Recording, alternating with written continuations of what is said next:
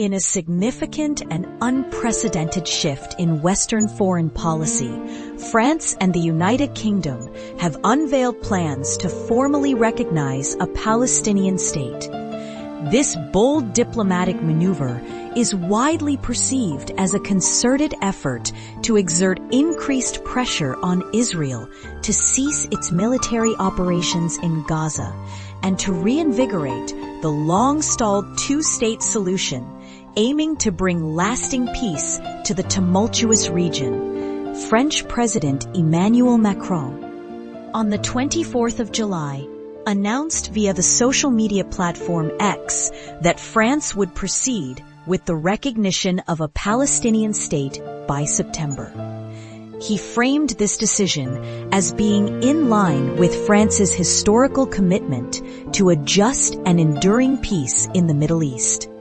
Less than a week later, on the 29th of July, British Prime Minister Keir Starmer indicated that the United Kingdom was also preparing to take similar action. Should these plans materialize, it would mark a historic turning point, as it would be the first time two Western global powers, both permanent members of the United Nations Security Council and key constituents of the Group of Seven, officially acknowledge a Palestinian state.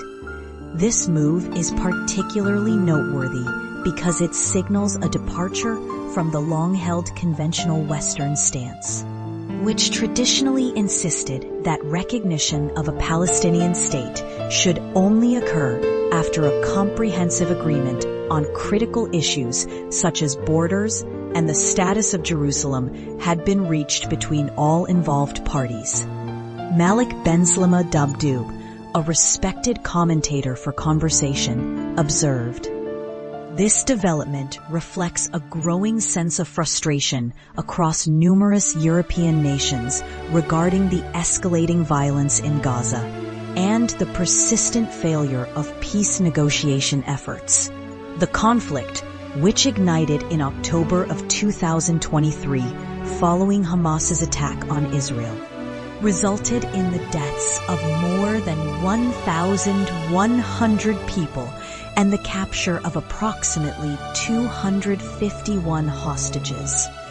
This prompted Tel Aviv to launch a retaliatory military campaign. After 21 months, the conflict has tragically claimed the lives of over 60,000 Palestinians, left nearly 146,000 injured, devastated Gaza's infrastructure, and unleashed widespread famine across the Strip. Martin Konechny, the head of UMEP, a Brussels-based organization advocating for equitable policies concerning the Israel-Palestine conflict, told Euronews that France's recognition of Palestine sends a clear signal to Israel that its actions in Gaza are incurring a significant political cost among its allies. Furthermore, President Macron is believed to be aiming to pressure France's European allies, including the United Kingdom, Germany, and Italy, to adopt similar positions on the Israel-Palestine issue, thereby hoping to revive the two-state solution for the protracted conflict. According to Gilles Keppel, a Middle East expert, the harrowing images of starving children in Gaza, coupled with the perceived inaction of the United States in truly pressuring Israel, have made it impossible for Mr. Macron to remain silent. He is convinced that this is the only viable path to end the conflict, a deeper geopolitical play. Unpacking the motivations, while the humanitarian crisis undeniably serves as a primary catalyst for this shift, a multidimensional analysis suggests more complex geopolitical undercurrents. Some observers speculate that this European pivot could be part of a broader, coordinated strategy to reassert European diplomatic influence in the Middle East, an arena where the United States has traditionally held sway. With Washington's attention often diverted, and its Middle East policy sometimes perceived as inconsistent or overly deferential to Israel, European powers might be seizing an opportunity to carve out an independent and more assertive role. This could be interpreted as a calculated move to gain favor with Arab nations, secure future energy interests, or even to establish a stronger European voice in any future peace process, potentially sidelining American mediation efforts. Another layer of analysis considers the timing of former United States President Donald Trump's statement on the 28th of July, where he reportedly gave a green light to Prime Minister Starmer, indicating he would not be bothered if the British leader adopted his own stance on the Israel-Palestine issue. This seemingly innocuous comment could be viewed through a more conspiratorial lens, a tacit, perhaps prearranged, signal from a powerful American figure allowing European allies to take a more aggressive diplomatic posture. This could serve the strategic purpose of increasing pressure on Israel from multiple fronts without directly implicating the United States, thereby allowing Washington to maintain its traditional alliance while still pushing for a resolution through proxy. It's a delicate balancing act, suggesting a deeper, unspoken coordination behind the scenes to achieve a desired outcome in the region. The two-state solution, a concept envisioning two separate territories for Israel and Palestine, originated when the United Nations in 1947 partitioned Palestine, then under British mandate, into two areas for Palestinians and Jews. Decades of conflict following Israel's establishment in 1948 have consistently thwarted efforts to create a Palestinian state. In 1993, under the Oslo Accords brokered by the United States, Israel and the Palestinian Authority agreed that Palestine would administer parts of the West Bank and Gaza. However, the continuous expansion of Israeli settlements in the occupied West Bank and Israel's explicit denials of Palestinian territorial claims are pushing the two-state solution further out of reach.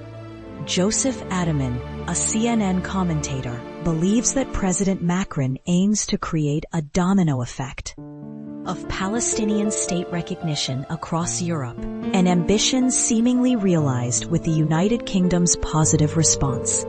Prime Minister Starmer stated, "The United Kingdom will recognize a Palestinian state by September if Israel fails to take concrete action to end the catastrophe in Gaza." He emphasized that Israel must agree to a ceasefire, facilitate humanitarian aid, commit to not annexing the West Bank, and engage in a long-term peace process aimed at the two-state solution.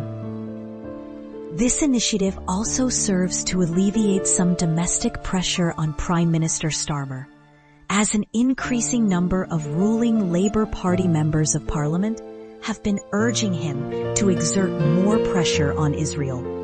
Initially, Mr. Starmer was hesitant about recognizing a Palestinian state, viewing it as a symbolic gesture that would not alter the situation on the ground and could even complicate ceasefire negotiations between Israel and Hamas. However, a series of urgent warnings about the escalating famine in Gaza, coupled with former President Trump's aforementioned green light, prompted Mr. Starmer to change his stance.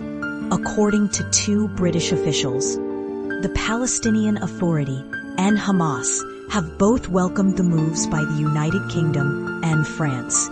In contrast, Israel has vehemently described the potential recognition as an existential threat to Tel Aviv. Israeli Prime Minister Benjamin Netanyahu asserted, "A Palestinian state would serve as a launching pad for the destruction of Israel, not for peaceful coexistence." It must be made clear that Palestinians are not seeking a state that coexists with Israel, but rather a state that replaces Israel. It remains uncertain how much leverage European nations can truly exert on Israel, given that Israel primarily relies on the United States for its security. Moreover, a political analyst for Al Jazeera expressed skepticism regarding the declarations from the French president and the British Prime Minister, noting that, overall, they and some other Western leaders continue to side with Israel in its conflict with Hamas.